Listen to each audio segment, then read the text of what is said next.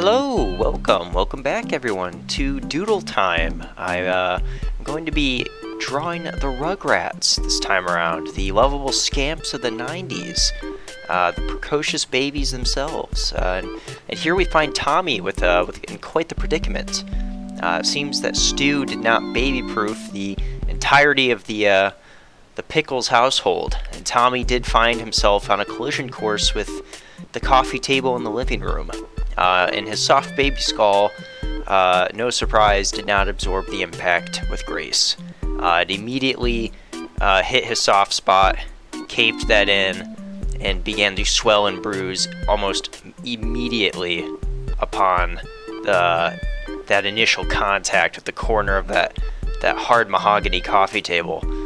There is internal bleeding, and while his wits are about him currently, his facilities are failing. Upon the initial impact, he immediately pissed and pooed himself, and as you can see, his limbs are just kind of going everywhere. I mean, he can't formulate any words, any coherent thoughts. The bruising in his brain is severe, and while I do hope the best for Tommy, I don't think that he'll ever quite be the same. He might have to take a step back from the leadership role of the babies and kind of assume maybe a background character role for the next couple months while he recovers, because unfortunately that coffee table really did him in, and hopefully his skull will reform to the initial shape it was, but we can only hold out hope, because I mean, he was going a solid 5-mile-per-hour waddle into the corner of that table, and the table won. If you didn't gather that, the table did win that fight. So hopefully Tommy not only learns his lesson, but can get the medical attention he needs. So Godspeed, Tommy.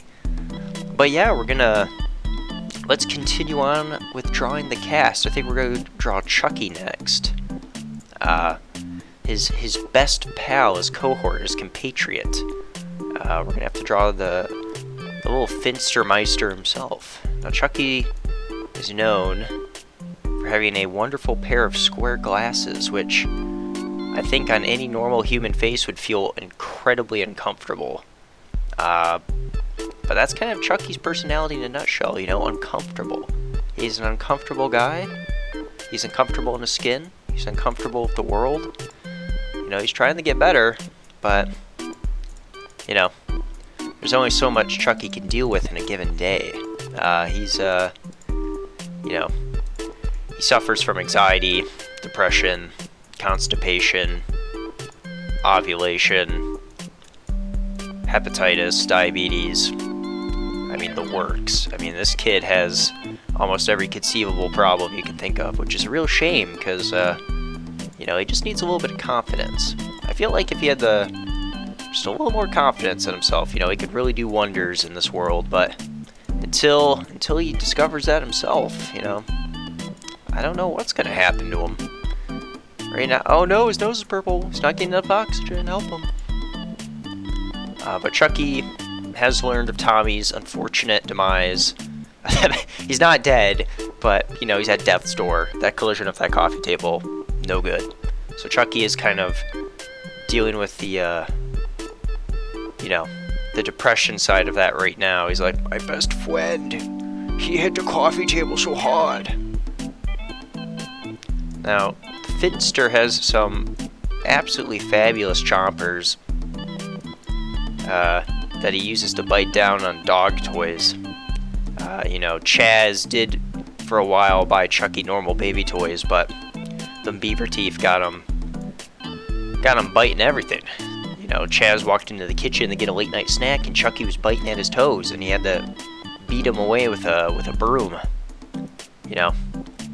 Chucky just he bites what he wants to bite.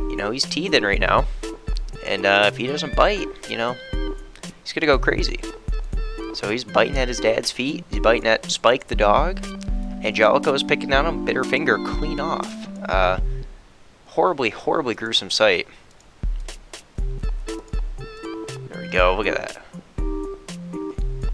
He's got kind of a furrowed brow going. He looks a little cocky. He's like, Tommy, how could you be so dumb and hit the table like that.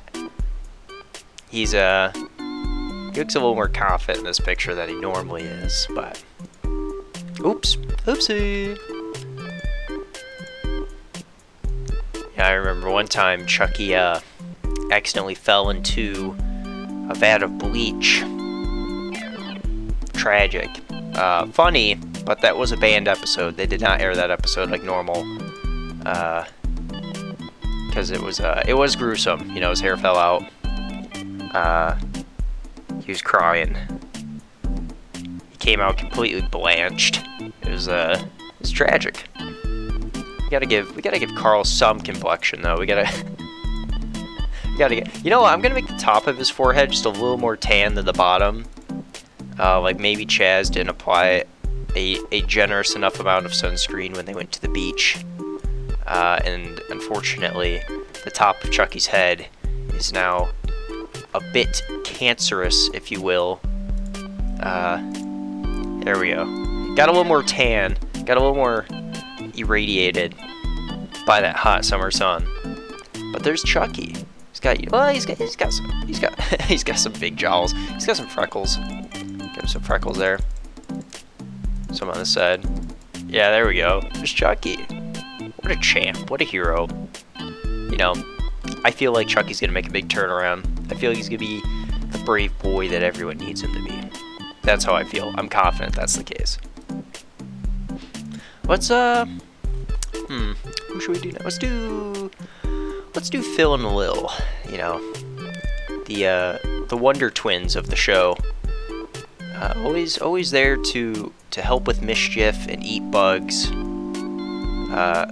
The only way that twins know how. Actually, I think they did a scientific study not too long ago that showed that if you are a twin, you have an inherent predisposition towards eating bugs. For any twins out there, let me know if that's true. But I'm pretty sure that's true. And unfortunately, Phil and Lil sat next to the microwave all night and they fused, which is a real pickle because the doctors, after some evaluation, weren't quite sure how to separate those two. Lil over here's got her bow. She has the same hair though. There we go. Gotta give some color in there. Some poo-poo hair. There's the little bow. There we go. Now, unfortunately, Stu, being the inventor that he is determined to separate them by any means necessary. Now, he did just buy a brand new weed whacker. He's very excited about that because he's actually infused the weed whacker with a molecular disintegration ray that should remove them without too much pain or permanent scarring. You know, but we can only hope because we're not too sure. I gotta draw their eyes here. There we go. Yeah, they're a little messed up in more ways than one, but you know, they're trucking on. They're being brave. You know, they're in pain. They don't know where they're at, but they're doing their best. That's really all you can ask of them. I mean, if you were fused at the chin, you might be a little scared too. And they're just like, ew. There's one nose. There's one nose. There we go. Look at that. They're kind of in perpetual torment at the moment. They are in horrendous pain. Imagine being stabbed by 1,000 knives continuously over and over, but simultaneously having the absolute worst migraine of your life. In addition, you're going into cardiac arrest every 3 seconds. So that is what they're feeling right now because I sat in front of the microwave, which is a real travesty, real sad. But hopefully Stu can weed whack the problem area away, and we can wish them a speedy recovery. But I think we have time for one more. Let's do Angelica. Now, Angelica has that bright yellow hair. There we go. Perfect. she's always got a really just mean sneer on her face. I mean, she is always just angry.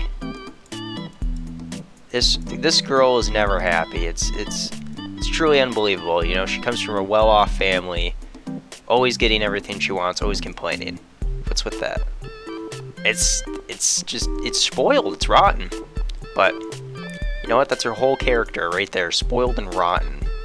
It's you know, it'd be a little bit of a 180 if she ever turned her life around, but I don't think people would accept her the same way they accept her now. You know, we're used to her being kind of rude. That's just kind of the way it is.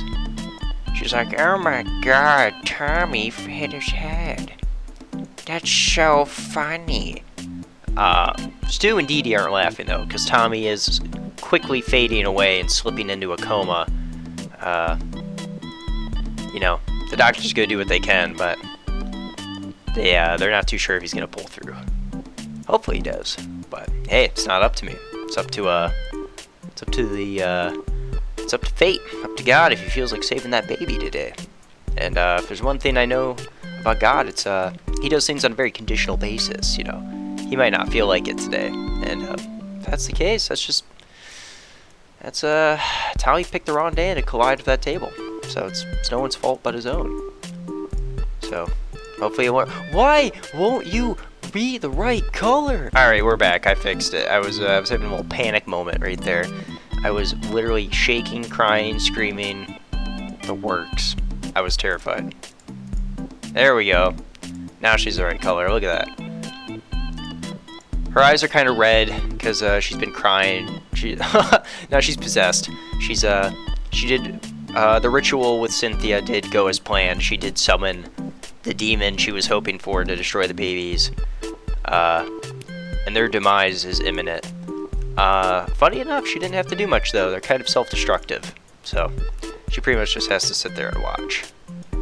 She got into Charlotte's makeup, put that on. She's always thinking she's more adult than she is.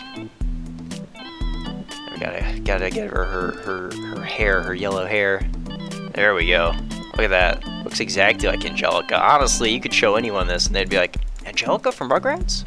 And I'd be like, yeah, that's correct. That is Angelica from Rugrats. We, of course, do have to have her holding her Cynthia doll, though. Cynthia's kind of been through the works. There's the head. She kind of has, like, a horribly botched haircut. I mean, Cynthia has been through the ringer. She's been in the toilet. She's been up Stu's butt. She's been up Spike's butt. She's been up Tommy's butt. Basically any butt in the show she's been up. And then some. And if you're wondering, well, how'd she get up there? Well, there's a lot of banned episodes of Rugrats, you know. They were experimental with some of those. And, you know, some explored some interesting aspects of family life that, you know, maybe shouldn't be talked about or shown on live television. But, you know, that's, you gotta praise the show for that. They broke boundaries. And, there's Cynthia. I'm not gonna put too much effort into her, because I just don't care. And then she's going, yeah, Cynthia, my beloved, I love you. There we go. Look at that. Angelica, the fierce princess herself, with sad Cynthia, who realizes that her time on this earth is limited because the demon possessing Angelica's body will rain terror, fire, and destruction upon the earth within 7 days. So, the end is nigh.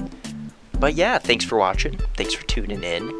If you enjoyed, you know, let me know you enjoyed it. If you didn't enjoy it, I'm sorry. You know, can't make everyone smile. I try.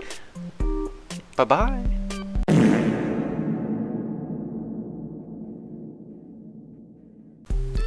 Thanks for sticking around until the end. Can't let you go anywhere without a movie recommendation.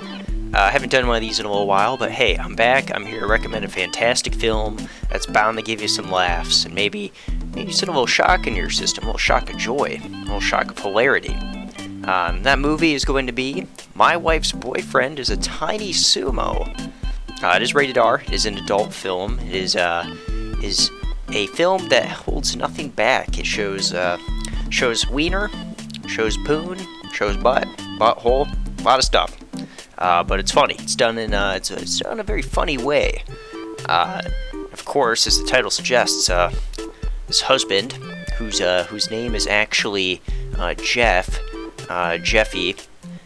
Jeffy unfortunately comes home one day to find his wife in bed with another man. But as he rips back the covers expecting to see a full-grown man, he sees a tiny sumo. That's quite the surprise because, you know, most people wouldn't think a little 2-inch sumo exists in this world, but they do, and they're mischievous.